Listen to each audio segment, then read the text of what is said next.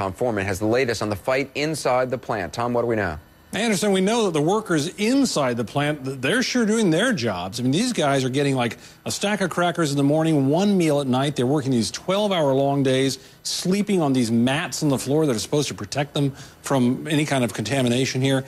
And the fight goes on. Look, one of the concerns is for the officials there is that there has been some kind of partial meltdown in reactors 1, 2, and 3. The reason they think there's been a sort of a partial meltdown is, you know, Anderson, we've been watching this from the beginning, the spraying of water from the beginning. This is how they had to try to cool down those cores because all of their pump systems were ruined. They didn't have electricity. They couldn't do it. So they sprayed water and sprayed water and sprayed water. Well, guess what? Just what you would think. Now there is water filling up basically everything you can fill up here because the water has just built up as they've cooled and cooled and cooled, and the water is contaminated. That's what these workers are having to work around while they try to continue to keep this under control, Anderson.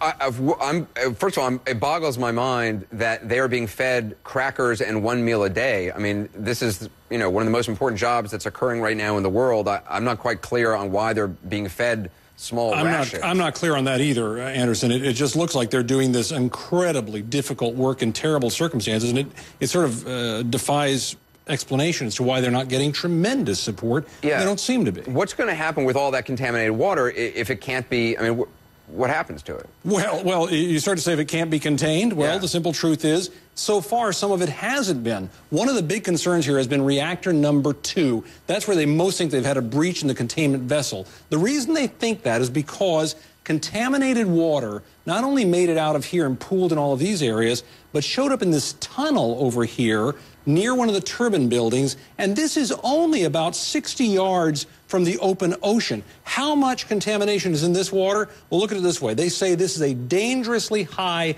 level. If you stood here for a couple of minutes, you would get as much contamination from radiation as you would from about 300 years of just living your life on land. That's the big concern here, Anderson, with all this water. Right now, they're putting in sandbags and barriers and trying to stop it, but this remains a very serious concern because there's a lot of water and a lot of radiation in this area still. Yeah, do we know where radiation levels stand at this point?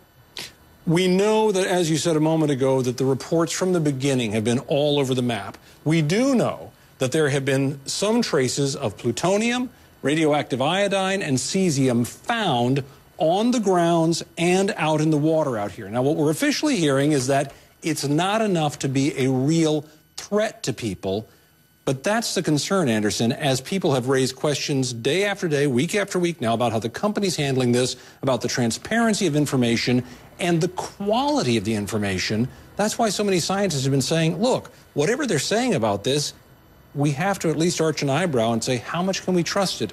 Especially if this effort has to keep going on and on and on, and right now it does. Incredible. Tom,